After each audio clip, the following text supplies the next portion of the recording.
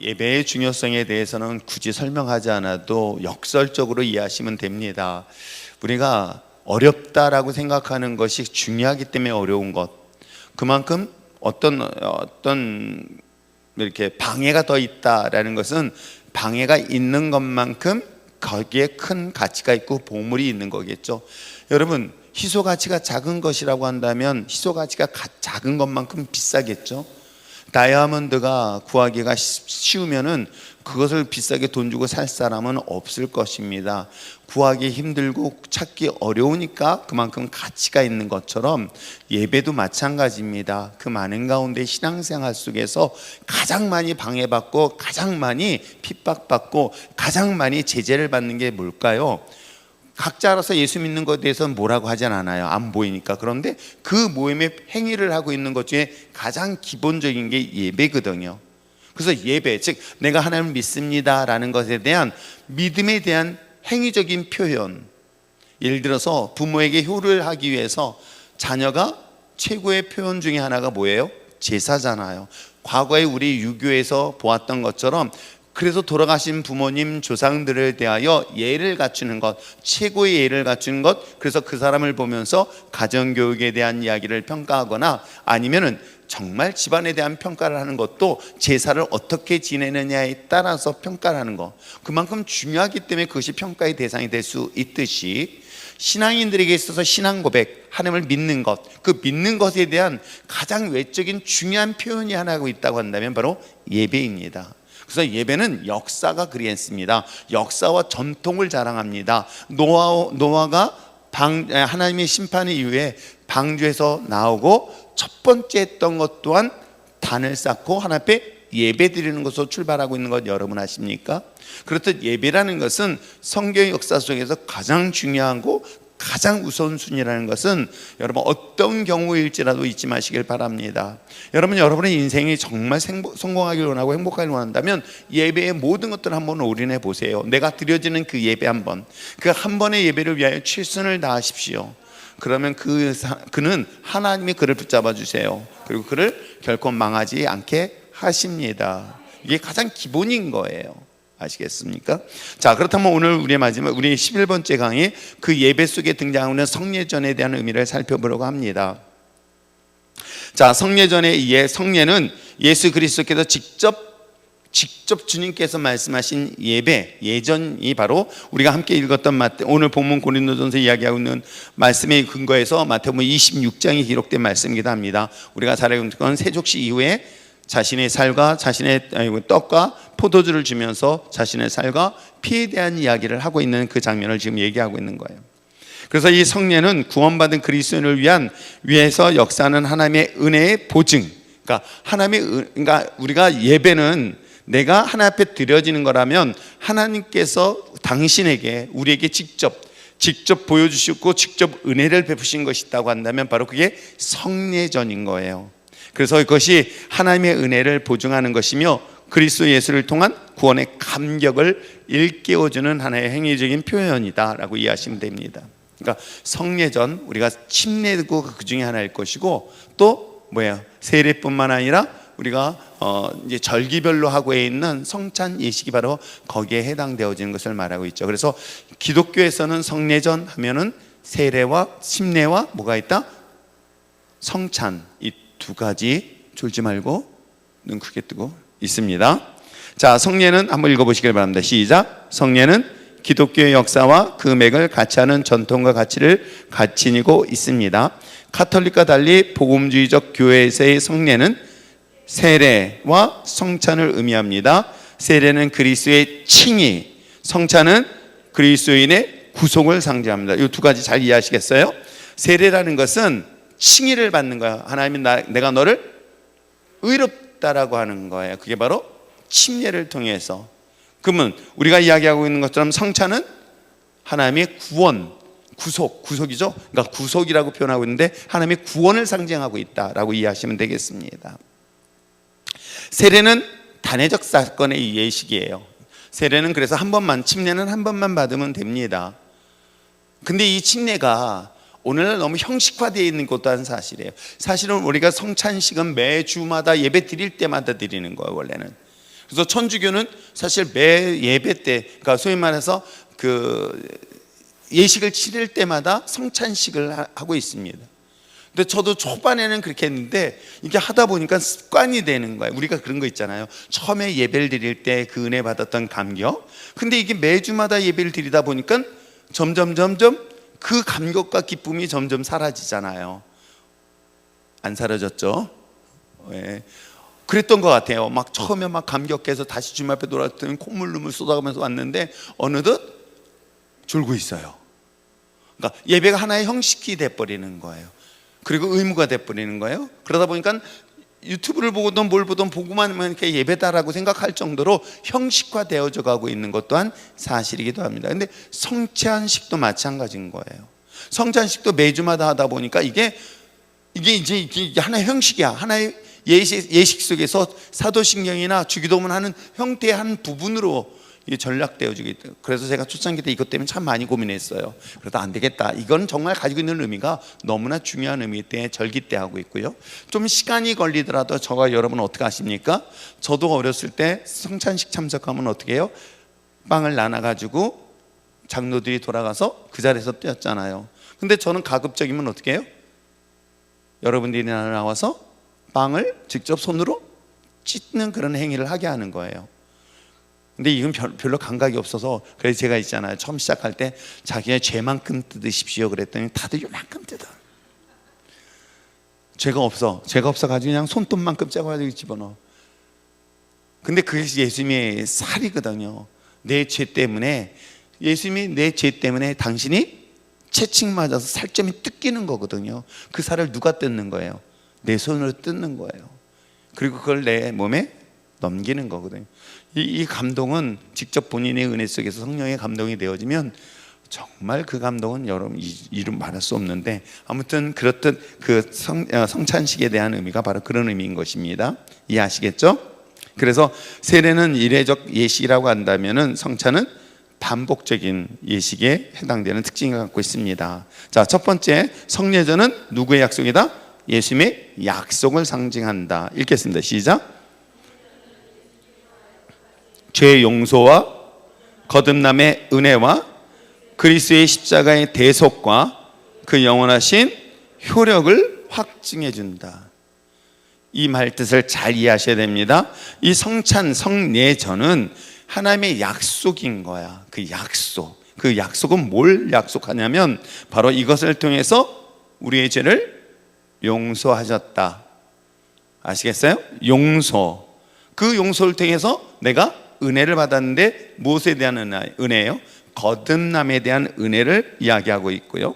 이 거듭남의 은혜 속에 가장 중요한 건 뭐예요? 예수님의 십자가 사건을 얘기하는 거예요.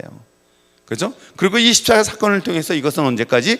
영원하다라는 것이 성례전이 주는 아주 독특한 약속이기도 합니다. 그래서 성례를 참석할 때마다, 그리고 여러분들이 왜 침례식을 할 때 여러분 동의하는 그냥 구경 가는 게 아니라 사실 목격자인 거고 증인인 거예요.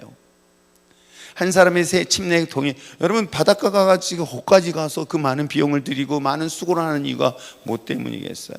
그런 역사적, 그래가 그 환경적, 상황적 그런 것들을 좀 더 본인에게 더 임팩트를 주는 것도 있지만, 함께 동참한 이유 중에 하나는 함께 그 은혜를 잊지 않기 위한 거예요. 스스로가 망각하지 않기 위해서 계속해서. 왜냐하면 인간은 받은 은혜를 계속 잊어버려요. 그래서 어떻게 해요? 하나님께서도 출애굽하고 난 다음에 약속한 가나안 땅에 도착했습니다. 가나안 땅에 도착한 다음에 하나님께서는 세 가지를 꼭 지킬 것을 얘기했어요. 그 중에 대표적인 게 뭐예요? 우리가 잘 알고 있는 것처럼 유월절 예식. 너희들이 최초의 그 애굽에서 정말 그 장자의 죽음의 사건을 통해서 출애굽했던 그 일들을 잊지 말라라고 하면서 그 유월절 예식을 계속 후대들에게 전하는 이유가 뭐 때문일까요? 그 예식이 통해서 잊지 말라는 뜻. 그래서 이 성례전은 하나님의 나를 구원하신 것에 대하여 그것이 계속 반복되어지면서 기억하고 잊지 아니하도록 하기 위한 그러한 과정이라는 것을 꼭 잊지 마시기 부탁드립니다.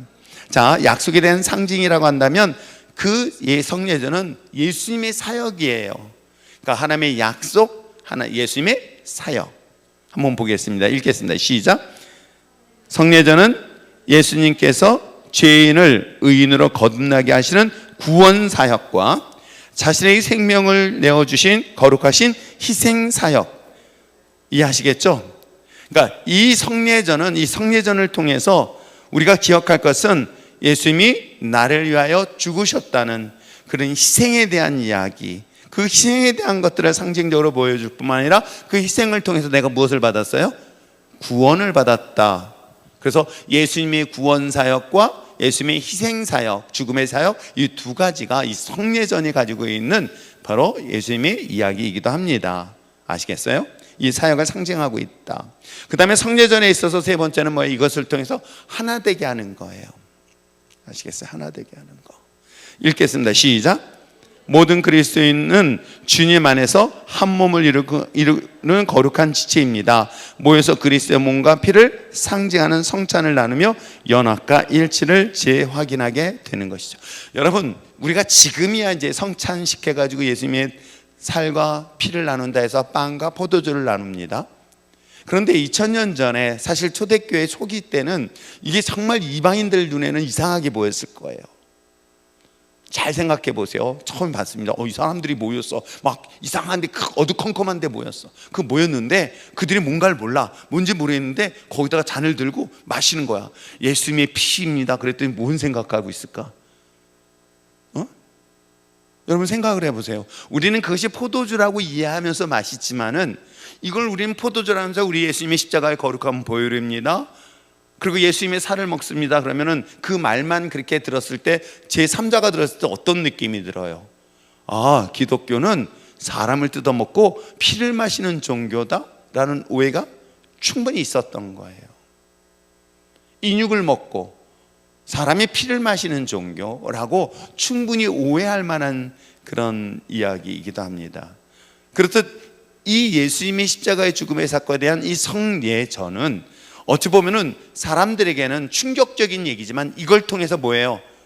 놀랍게도 이거는 함부로 할 수 없는 거기 때문에 이것은 하나 되어지는 중요한 주님의 살과 피가 저와 여러분의 한 몸이 되어서 서로 다른 지체이지만 그리스도의 십자가를 통해서 하나가 되어지는 거예요. 이 예식이 이 기독교 성례전에서 너무나 중요한 거예요. 그러면 여러분, 이 하나 되는 것을 깨트리기를 원하는 게 누굴까요? 사단인 거예요. 저는 이 시대를 보면서도 마찬가지인 거예요. 여러분, 피스메이커 역할들이 바로 그런 역할들이 아닐까 생각해 봅니다. 우리가 기독교인으로서 어느 곳에서든지 나눔과 분리시키는 것이 아니라 하나 되어지게 하는 역할들. 리더도 마찬가지인 거예요. 저도 마찬가지인 거예요. 제가 마귀 역할은 간단해요. 저를 통해서 여러분이 예수님을 안 믿게 하는 거예요. 어떻게? 목회자로서 목회자답지 않은 모습을 보이니까 성도들은 하나님 대신 누굴 봐요? 저를 보고 실족해요. 그래서 하나님과 본인과의 관계를 끊어놓는 역할을 누가 하고 있다? 제가 할 수 있다는 거예요. 지도자 역할이 무서운 게 바로 이런 역할인 거예요. 그런데 정반대죠. 예수님은 죄로 인하여 하나님과 인간이 깨어진 관계를 하나로 만든 것이 바로 이 성례전이 가지고 있는 중요한 의미이다. 그러면 그걸 경험한 우리는 뭐예요? 어디서든지 어떤 곳에서든지 어떤 역할을 한다? 하나 되는 역할을 한다. 내가 회사의 직장인이었습니다. 그 직장인으로 들어간 순간부터 난 뭐예요? 오너와 나 같은 동료의 직장인 사이 속에서 뭐예요? 브릿지 하나에 되는 역할을 하라. 내가 어떤 조직에서든지예요. 어떤 조직에서든지 어떤 모임에서든지 트러블 메이커가 아니라 피스메이커 역할이 바로 이 역할인 거예요. 그런데 놀랍게도 세상은 둘로 나누고 분리되어져 있잖아요. 이걸 여러분들이 시대적으로 잘 분별해 보시길 바랍니다. 교회가 이것에 앞장서서는 절대 안 되는 거예요. 교회는 절대 이 흐름 속에 휩쓸려 가는 순간부터 교회는 이건 십자가가 없어져 버리고요. 그러니까 인본주의가 남아버리는 거예요. 아시겠어요? 그러니까 여러분들이 그런 부분에 대해서도 정확히 잘 분별하시고, 혹시라도 가끔 저한테 이제 목사님 제 아는 분이 이런 분인데 혹시 인사하러 와도 되겠냐는 소리는 절대 하지 마시기 바랍니다. 아시겠죠? 우리 교인들은 그럴 리는 없겠지만, 김용남 씨라는 분이 그렇게 유명한 분인지 모르겠는데 그게 국회의원이더라고요. 근데 인사하러 오겠대요. 그분이 날 뭐하러 보러 와? 그래서 이번 선거 다 끝나고 만나자 그랬어. 그럼 내가 만나겠다고. 제가 가끔 전도하러 이렇게 나가도 옛날에 그랬잖아요. 그 커피 전도하러 가면은 이 선거철 되어지면 그때 사람들이 쫙 서 있어요. 그러면 이제 그때는 저는 평소에 나옵니다라고 전 소리 질러요.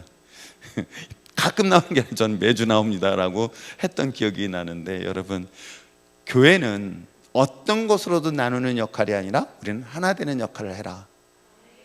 이해하시겠어요? 그래서 어떤 모임에서든 어떤 소그룹의 모임에서든 둘로 나눠지는 얘기가 있을 것 같으면 하지 않는 게죠. 그래서 성경에서 뭐냐면 논쟁하지 말라는 이유가 바로 여기에 있는 거예요.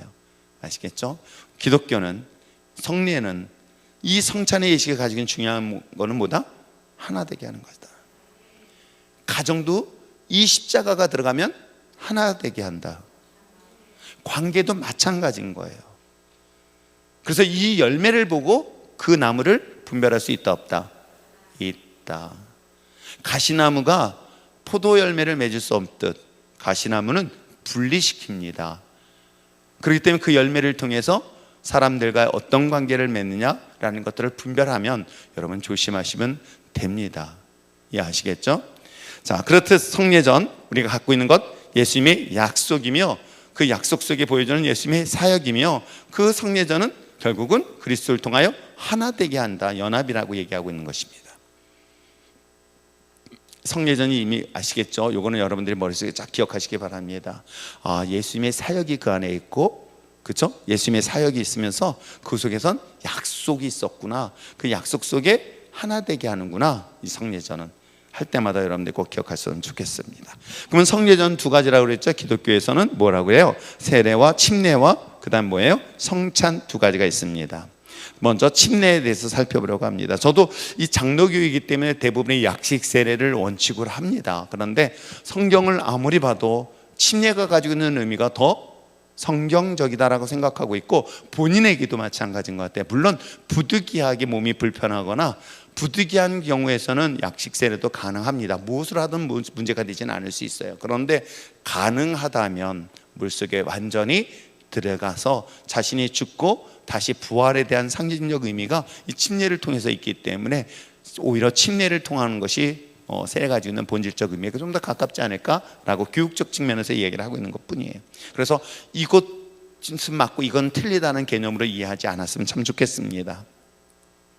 세례 혹은 침례는 성부, 성자, 성령의 이름으로 우리의 몸을 물에 씻음 받아 새로워지는 바로 성결 예식, 정결 예식이라고 이야기를 합니다. 그래서 이 정결 예식에 대한 부분들을 이게 사실은 이게 제세례파냐 세례파냐 가지고 이게 되게 많이 나눠져요. 그런데 구약 시대 때나 신약 초기 때는 어땠을까 제가 상상을 해보는 거야. 할례는 한 번으로 끝나요. 언약을 맺는 거예요.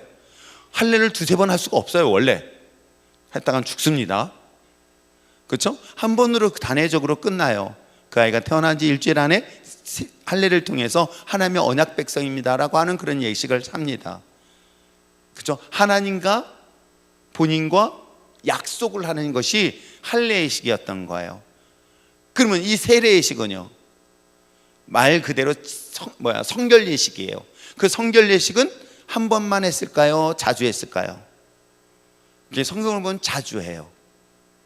그래서 우리가 잘 알고 있는 것처럼 제사장을 통해서도 했지만 세례 요한을 통해서도, 또 바울을 통해서도, 또 예수님을 통해서도 세례를 받은 것 같아요. 그래서 우리가 보여주고 있는 것처럼 누구한테 세례를 받았느냐 가지고 따지는 걸 보니까 세례는 여러 번 누구를 통해서인가 분명히 이루어졌다는 것을 볼 수가 있습니다. 정결 예식이라는 거예요. 정결 예식. 그것이 신약시대에 딱 들어와서는 뭘로 바뀌었을까? 할례와 세례를, 침례, 정결 예식은, 이 정결 예식인 세례를 합쳐버린 거예요. 그래서 이 정결 예식 속에서 우리가 갖고 있는 오늘날의 세례는 할례와 같은 의미가 더 강해야 된다고 저는 생각을 해요. 그래서 이 할례와 같은 이 정결 예식은 하나님과 언약을 맺는 엄청난 중요한 사건이기 때문에 그건 진짜 신앙 고백이 있어야만 된다. 그냥 나이가 14세가 됐으니까 그래서 너 신앙 고백하니? 그래 너 물로 세례 주고 너 세례 교인이야? 라고 하는 것에 대해서는 물론 그 또한 하나님의 은혜 가운데 어떻게 될지는 알 수가 없어요. 그가 입술로 고백한 것에 대해서 어떤 결과를 가져다 줄지는 몰라요. 그런데 문제는 뭐냐면 가르치는 교사 입장에서, 선생의 입장에서 이건 너무 무책임하다는 생각이 드는 거예요. 왜냐하면 우리 교단 내에서도 1년에 몇 명 세례를 주었느냐에 따라서 상금이 걸린 적이 있었어요. 500만 원. 이야, 그 500만 원 타려고 나도 어지간히 노력을 하려고 했었거든요. 뭐 때문에? 상금 때문에. 그러면서 한편 생각하는 거예요. 그래서 군중 세례에 대해서도 제가 영 불편한 거야. 뭐예요?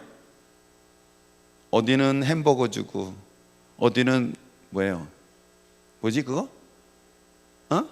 초코파이 주고, 누구는 햄버거 주는데 누구는 그래가지고 왔다 갔다 하는 경우도 있었거든요. 물론 하나님이 어떻게 역사하실지는 알지 못한다고는 하지만은 정말 또 한편으로는 이건 그것이 내 맞제 몇 명을 침례를 했고 몇 명을 세례를 줬다는 또 자기 자랑이라는 것이 너무 무책임하다는 생각이 사실 전 들기 때문에 그 부분에 대해서는 이게 행위적 구원도 아닐 텐데 라는 고민을 사실은 합니다. 그래서 저는 가급적이는 침례의식은 진짜 신앙 고백을 했으면 참 좋겠다. 내가 정말 하나님 앞에 결단하겠습니다. 하나님, 이제 더 이상 내가 세상의 것 끊어버리고 내가 하나님의 자녀로 삶을 살겠습니다 라고 아주 강력한 결단 속에서 이루어졌으면 참 좋겠다. 그렇지 아니한 신앙 고백 없이 세례를 주는 것에 대해서는 이게 정말 전 목회자로서 고민을 좀 많이 하고 있는 사람이에요. 그렇습니다. 자, 좀 더 들어가 보겠습니다. 침례에 대해서 첫 번째 뭐예요? 그리스도와 연합을 상징합니다. 두 번째는 그리스도로 옷을 입는 것이고, 세 번째는 죽음 후 다시 부활함을 의미하며, 네 번째는 구원의 징표가 됩니다. 이게 얼마나 중요한 예식인지 아시겠어요? 성찬 예식하고는 별도의 문제인 거예요.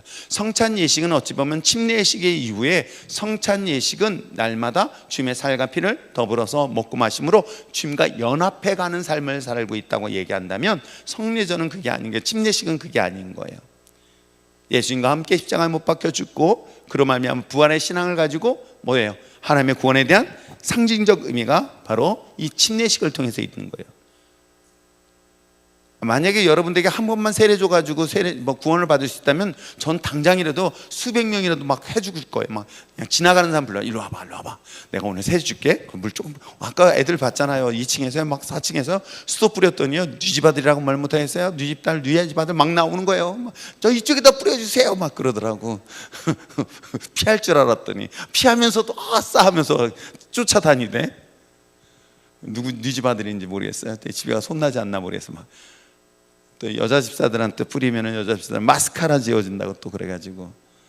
그런데 아무튼 물 뿌리니까 너무 좋아요. 나 그러면 지나가는 사람한테 자 지금부터 세례 주기, 그렇게 할 수 있잖아요. 근데 그건 아니거든요.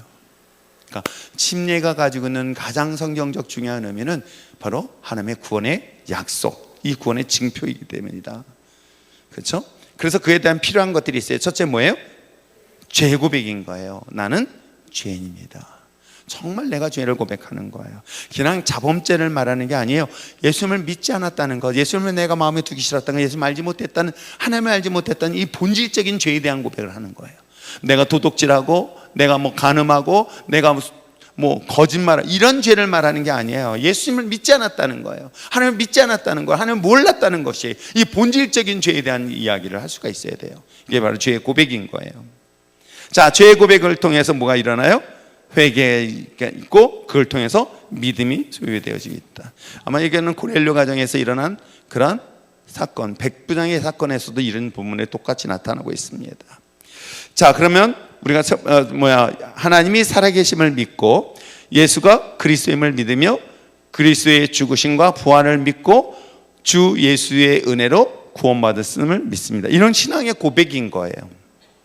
그렇죠? 그래서 이 침례식은 단회적인 사건인데, 이 단회적인 사건 속에서 가장 중요한 본질적 의미는 뭐다? 바로 구원에 대한 징표다. 그래서 이거는 하나님의 언약 백성이 되는 거예요. 약속을 하는 거예요. 내가 하나님, 나가 이제 죽었습니다. 난 육신대로 살지 않겠습니다. 근데 제가 속상한 거는 그렇게 하고 지금 세상에 나가 있는 것들이 있어요. 막 속상한 거야. 그래서 정말 막 마음이 아플 정도로 답답할 때가 종종 있습니다.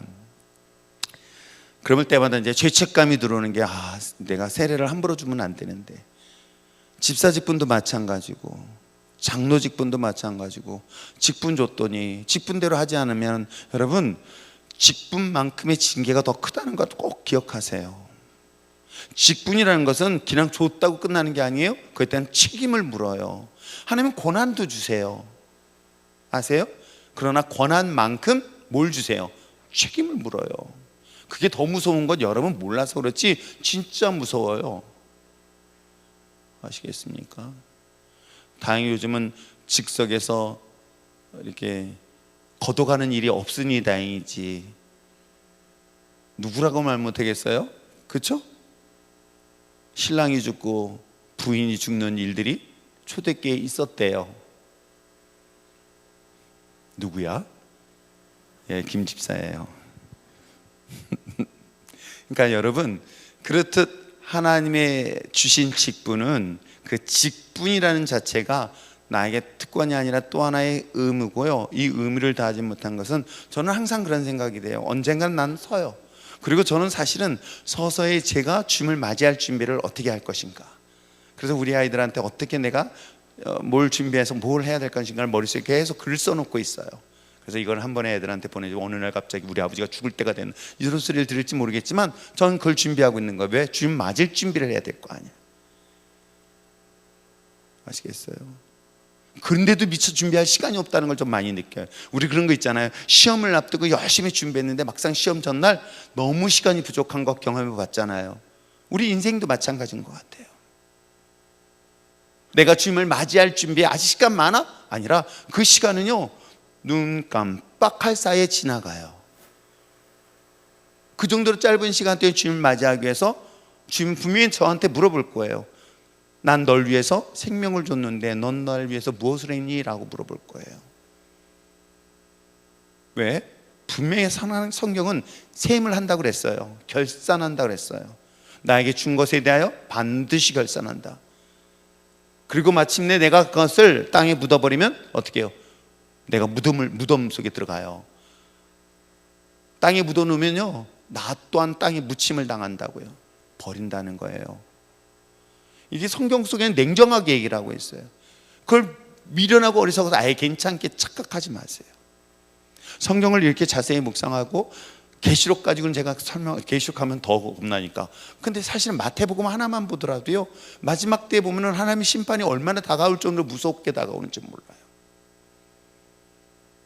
가끔 이런 상상을 해요. 이게 맞는지 안 맞는지. 우크라이나가 전쟁하고 소련이 그랬더니 유럽하고 전쟁하네. 그랬더니 만만하게 중국이 대만하고 전쟁이 일어나네. 그랬더니 갑자기 북한이 이쪽으로 다 쏠렸네. 미국이. 그랬더니 이쪽으로. 이런 시나리오 소리를 듣잖아요. 이 남 얘기가 아닌 거예요. 지금 시대적 상황에서 과연 내가 주님을 맞이할 준비가 우리가 예상하지 못하고 있을 때 여러분 정말 준비했을 때 뭐라고 얘기할 거야? 너 뭐 하다 왔니? 널 통해서 한 명의 생명이라도 얻은 거 있니? 내가 너에게 맡겨진 그 직분을 위해서 뭐를 했니라고 묻는다면 뭐라고 얘기할 거야? 이게 언약 백성에게 주신 특권과 동시에 하나님의 책임을 물어요. 아시겠어요? 이건 정말 무서운 거예요. 엄중한 거예요. 그 목회자들은요 더 말할 필요 없어요. 여러분보다 더 큰 징계가 우리를 더 기다리고 있어요. 그래서 세상에서 잘난 척할 목회자 그 의미가 없어요. 내가 세상에 아무리 잘 나간다 하는데 그 의미가 없다고요. 내 안 앞에 섰을 때가 더 중요한 거지. 그렇지 않을까요? 그건 저뿐만 아니라 여러분 모두에게 해당되는 말이기 때문에 이런 경고의 음성 앞에서 깨어있는 여러분 됐으면 참 좋겠어요. 주일날 이런 얘기 못 하잖아. 주일날 얘기하면 지치는데 막 그런 소리 들으면 열받 가버릴까 봐 말도 못하고 어쩐다냐. 그래서 수요일날 얘기하잖아요. 그래서 수요일날은 그래도 선의자매가 처음 왔네. 현주도. 자, 아무튼 성례가 가지고 있는 것들이 침례는 세례라는 건 바로 이런 의미다. 자, 성찬을 한번 볼까요? 성찬 혹은 성만찬은 그리스도의 몸, 그리스도의 피를 상징하는 떡과 포도주를 함께 나누는 예식입니다. 우리가 함께 읽었던 이 본문의 내용인 거예요. 고린도전서에서 11장에서 얘기하고 있는 것처럼 제가 어떤 경우는 이런 경우가 있어요. 이 성찬식은 우리가 매일같이 이 성찬 예식을 통해서 하는 게 아니라 예배를 드리고 우리가 아래층에 내려서 식사하잖아요. 이 식사 교제가 바로 그 교제인 거예요. 그랬더니 내가 주일날마다 떡을 준비할까? 성찬 빵을 준비할까? 쉽잖아. 잼만 바르면 되니까, 포도주하고 빵만 주면 되니까. 그게 그들의 주식이었거든요. 그러면서 먹을 때마다 뭘 생각하라는 거예요? 예수님의 살, 예수님 피. 그러면 여러분 식사기도 뭐예요? 하나님 오늘 일용할 양 주셔서 감사합니다가 아니라 사실은요, 이 성찬, 즉 음식을 먹을 때마다 이것이 주님의 살이요 주님의 피입니다 라고 먹는 거예요. 그래서 날마다 주님의 피와 주님의 살을 내가 먹고 공급받음으로 인해서 내가 세상 속에서 거룩하게 삶을 살겠다고 결단하는 거예요. 그런데 오늘 성경 본문에 다시 한번 봅시다. 거기에 뭐라고 얘기하냐면 27절에 이렇게 얘기해요. 그러면 누구든지 주의 떡과 잔을 합당치 않게 먹고 마시는 자는 주님의 몸과 피를 범하는 죄가 있다라고 기록하고 있는 거예요. 그럼 뭐냐면 식사할 때마다 그에 합당치 아니하게 삶을 살아갈 때에 그것이 너가 예수님의 살과 피를 에 대한 죄를 짓는 것과 똑같다고 얘기하는 거예요. 그래서 우리가 식사를 기도할 때 단순히 일용할 양식을 주셔서 감사가 아니라 어찌 보면 이걸 통해 성찬 예식을 하고 있는 거예요. 매일같이 이걸 정확히 이해하셔야 됩니다. 우리가 성찬식에서 빵과 포도주가 아니라 그는 그들에게 있어서는 2000년 전에 뭐예요? 예수님이 성찬 예식을 처음 제정할 때 어떻게 하셨어요? 자 모이자, 빵 만들어라, 무교복 만들어라. 그 무교복 만들어 놓고 야 이걸 가지고 먹으면서 이건 예수님의 살이야. 아니에요. 식사 중이었어요. 그들에게 발을 씻겨주셨죠. 씻겨주시고 난 다음에 그들과 식사 자리에서 마침 그 앞에 뭐가 있었어요? 흰쌀밥이 있었대요. 그랬으면 흰쌀밥을 있었으면 주님께서 흰쌀밥을 덜어주는 거야. 한 스푼 덜어주면서 이것은 나의 살이단다 하면서 밥을 줬어. 한 스푼. 무슨 말인지 아세요? 이만한 옛날에 스푼에다 이거 그 있잖아요. 밥그릇에다가 밥을 숟가락 뜨면서 밥그릇에다 던지면서 이건 내 살이다. 국을 떠주면서 이건 내 피다. 이렇게 했을 수도 있잖아. 그 자리였던 거예요. 그들이 식사하는 그 자리에서 빵을 보여주면서 너희들 이거 매일같이 먹지? 매일같이 먹잖아요. 매일같이 먹을 때마다 기억해라. 너가 먹는 이 빵, 이 음식은 곧 나의 살이고 나의 피다. 이걸 항상 기억하면서 살라는 거예요. 내가 매일같이 음식을 먹으면서 이 음식 속에는 주님의 살과 피가 있으니 내가 거기에 합당한 삶을 살겠다. 이 의미가 사실은 이 성찬 예식 속에 있는 거예요. 이게 어느덧 형식이 되다 보니까 주중에 일어난 건 다 잊어버리고 이때만 기억하려고 그래요. 원래는 그 의미가 아닙니다. 그래서 날마다, 그래서 성찬, 우리가 제가 하는 건 침례식은 단회적인 사건으로서 주님과 나와 통해서 만약에 언약을 한 번에 맺는 거라고 한다면 날마다 밥을 먹고 식사를 하면서 주님의 나의 살고 나가 피가 되었으니 주님의 살과 피를 더럽히지 않겠습니다 라고 하면서 계속 그 말씀을 묵상하면서 삶을 살아가는 것, 이해하시겠어요? 이게 그리스도인들의 정화된 삶인 거예요. 이게 청교도적인 삶인 거예요. 이게 진짜 그리스도인들의 삶의 모습인 거예요. 그래서 내 몸을 뭐라고 그래요? 하나님의 거룩한 성전이라고 얘기하는 거예요. 그래서 그의 살과 피를 먹음으로 해서 내가 성전이 되는 거예요. 1년에 몇 번 안 하는 성찬식이 그걸 가지고 버티지 마시고 식사할 때마다 이걸 꼭 묵상했으면 좋겠습니다. 아시겠죠? 자, 성찬 또 그런다면 첫 번째 읽어보시기 바랍니다. 시작. 그리스도의 죽으심을 기념합니다. 두 번째, 그리스도와 한 몸을 이루는 의식입니다. 세 번째, 언약을 상징하는 것입니다. 그렇습니다. 그래서 이 감격을 먹으면서 먹는 거예요. 날마다 하나님이 주시는 음식에 대해서 당신이 나의 살이 됐고 나의 피가 됐습니다. 당신이 죽으심으로 해서 내게 생명을 주셨습니다. 이걸 은혜를 잊지 않으면서 계속 나가는 것이 우리가 이야기하는 성찬 예식이고 그것이 또한 우리의 매일같이 식사하는 식사의 자리라는 거 이해하시겠죠? 그러던 성찬식은 날마다 나의 삶 속에 있게 되는 거겠죠. 꼭 목사가 집례하는 건, 제가 여러분 잘 보세요. 저도 성찬식을 여러 번 해봤지만 성찬식은 대부분이 아마 우리 이번 노예할 때도 성찬위원장 어디 있었는지 아시죠? 여기서 해요. 근데 저는 그렇게 안 해요. 이 성찬은 예수님 앞에 저랑 나랑 똑같은 위치이기 때문에, 그래서 저도 밑에 내려가서 예수님의 살과 피를 먹고 마시고 다만 집례를 하기 위해서 올라오는 것뿐이란 말이에요. 여기는 어느 누구도 예외가 되지 않는다는 거 꼭 잊지 마시고 항상 이 성찬식의 의식 속에서 식사를 하면서 그걸 여러분들이 매일같이 날마다 기억했으면 참 좋겠습니다. 자, 성찬식이 가지고 있는 예수님의 죽으심, 그리고 한 몸이 되어졌고 이걸 통한 언약으로 이야기하고 있다. 이해됐죠? 예. 그러면 우리가 얘기하는 세례라는 것은 뭐예요? 그리스도와 연합했고 옷을 입었고 부활에 대한 의미를 하고 있고 그것에 대한 구원의 확신, 구원의 증표다. 구원 내 몸에 새기는 거예요. 그리고 이 구원받은 자녀들이 날마다 예수님의 성찬 예식을 통하여 한 몸을 이뤄가는 거예요. 연합하는 거, 하나, 주님과 나와 연합되어지는 것, 바로 그것이 성찬 예식이다. 자, 성례전의 교훈과 적용 한번 볼까요? 읽겠습니다. 시작. 건강한 교회, 성경적인 교회라면 예배를 드림에 있어 성례전의 의미와 가치를 적극적으로 받아들이는 자세가 필요합니다. 또한 성례전을 통해 주 안에서 새로워진 예배자라면 다음 사항들에 다짐하며 살아야 합니다. 첫째, 참된 예배자로 살 것을 다짐하시기 바랍니다. 그러니까 예배자의 삶이라는 건 너무나 중요해요. 우리가 교회에 나와서만 예배 아니라 그는 이 주일날 예배 드리는 것은 내가 한 주일 동안 드렸던 이 모든 것을 하나님께 온전하게 드리는 시간이고, 날마다 주님과 연합하는 것은 여러분의 삶의 현장에서겠죠. 그렇죠? 그래서 나는 따라해요. 나는 참된 예배자다. 그럼요. 그래서 그 예배를 누가 받으실 것이다? 하나님이 받으실 것이다.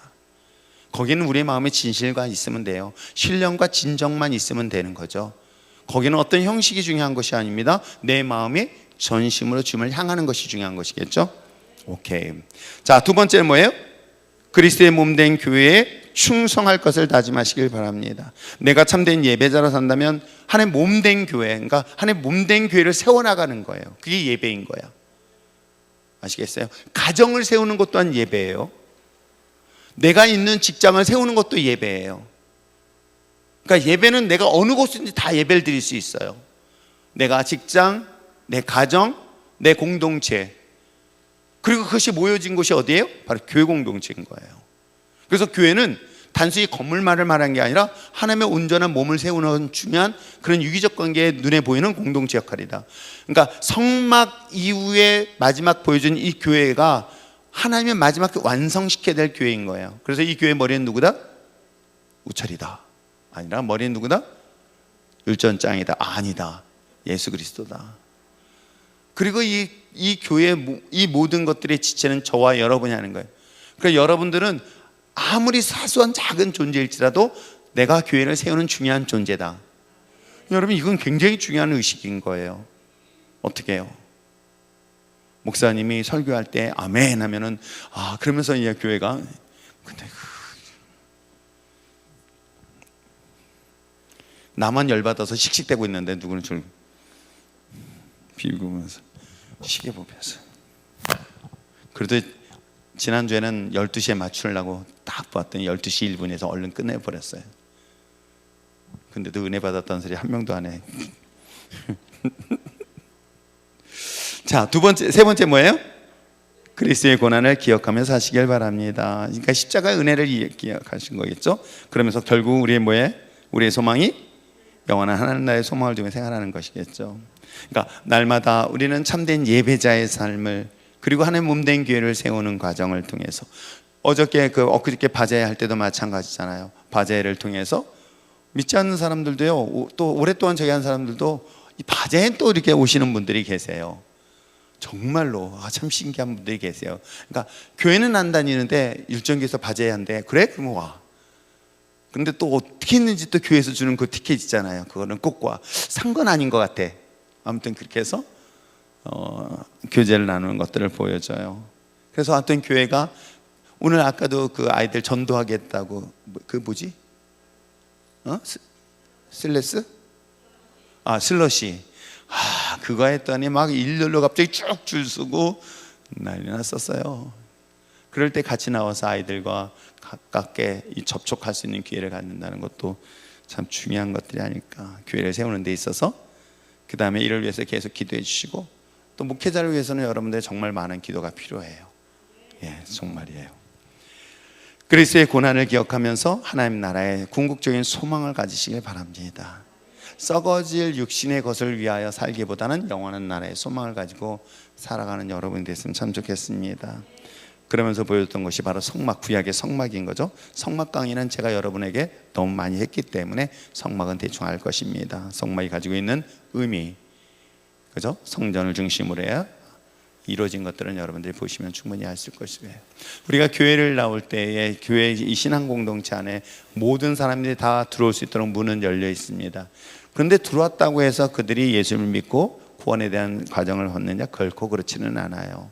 그래서 여러분들이 먼저 내가 구원받은 믿음의 자로서 그 예배 속에 드려지고 이 성례전을 항상 머릿속에 마음속에 새기고 기억하시고, 또 우리 주변에 저희에게 맡겨진, 우리 주변에 맡겨진 옆에 있는 지체들에게도 마찬가지로 이 일들에 같이 동참해서 온전한 하나님의 영원한 나라에, 그렇잖아요. 함께 구원에 이르는 그 구원의 방주를 타고 가다가 잠깐 하차하는 바람에 그 배가 떠났다 생각해봐. 얼마나 안타까워. 저는 제 개인적인 욕심은 다른 것 아니에요. 여러분들이 나중에 주님 앞에 섰을 때 모두 다 구원받길 전 소망해요.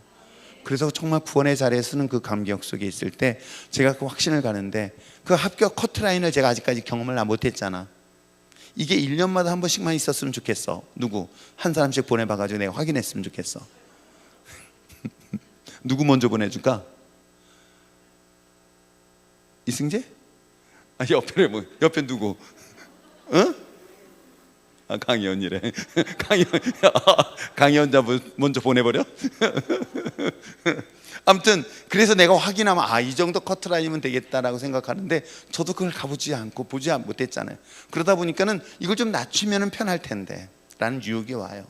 사실은 좀 낮춰서, 그래 주일날 교회 나오는 거 하나님 구원받았어, 그래 하나님 구원하셨으니까 혹시 이런 말을 해주고 싶어요. 근데 저는 성경을 보면서 그게 아니라는 걸 너무 많이 봐요. 앞으로 더 많은 핍박과 어려움을 당할 것이다. 믿음을 지킨다는 것이 더 어려울 것이다. 그 믿음을 지키는 유일한 행위가 예배인데, 그 예배를 얼마나 많이 방해를 받을까, 얼마나 더 많은 어려움을 당할까. 그 어려움 속에서도 나는 예배 한 번 드리다 폭탄이 아닌 그 어떤 대가를 지불하더라도 나는 그 대가를 지불하는 한이 있어도 예배 드리겠다라고 하는 그 예배의 본질 앞에 설 수 있도록 어떻게 하면 제가 여러분들을 바르게 가르칠까, 이것이 저에게 목회자로서 고민인 거예요. 그래서 여러분들이 하나님 앞에 섰을 때 정말 착하고 충성된 종아 수고했어 라고 주님의 등어리에 두들겨 줄 때 바라보는 목회자인 저는 그때 전 보람을 느낄 것 같아요. 진짜로 보람을 느낄 것 같아요. 그래서 막 상상을 해봐요. 양떼들이 있습니다. 막 밖으로 도망갈 때 들어가는 입구가 하나잖아요. 양의 문. 그러면 저는 양떼에 뭘 맡는다? 강아지 역할을 하는 거예요. 막 쫓아다니면서 딴 데 못 가고 너무 그곳을 뭐라는, 물어뜯다가 정작 내가 못 들어가는 한이 있어도 그런 생각을 하니까 섬찟해. 그럼 내가 먼저 들어가 버릴까? 근데 그럴 수가 없는 거예요. 제가 하나님 앞에 처음 구원받고 약속한 것이 있기 때문에 단 한 사람이라도 나고 때문에 안 되니까 물어서라도 으르릉대서라도 그 사람들이 양의 문으로 들어갈 수 있도록 해야 되는 것이, 저는 그게 목사 일이라고 저는 생각해요. 사람들에게 잘해서요, 저는 사람들한테 잘한다고 해서 그 사람이 구원받는 거하고 전혀 관계없다고 저는 확신을 해요. 진짜 복음의 문제는 사람들한테 잘하는 게 아니에요. 여러분, 아이들이 잘못된 길을 가는데 잘해준다고요? 신앙적으로 가지 못하고 구원받는 길 가지 못하는데 그걸 잘해준다고요? 그건 미친 짓이에요. 그건 아주 나쁘고 악한 짓이에요. 그러니까 막상 이리반 늑대가 나타나면 그 양떼를 버리고 도망갈 가능성이 크다. 싸워야죠. 그들과 싸우고. 그러니까 여러분들이 정말 순장들, 특별히 순장들도 자기에 맡겨진 영혼들인 거예요. 여러분, 그 직분은 맡긴 영혼들 때문에 직분을 주신 거예요. 그 영혼들이 단 한 명도 낙오되지 않도록, 한 명도 정말 빠지지 않도록 쫓아가서 예배를 끌고, 모가지 끌고 나와서 협박을 해서라도 나와서 예배 자리에 나와서 하나님을 만날 수 있도록, 이 성례 자리 속에서 하나님을 만날 수 있도록 여러분들이 각자의 자리에서 최선을 다할 수 있었으면 참 좋겠습니다. 기도할까요?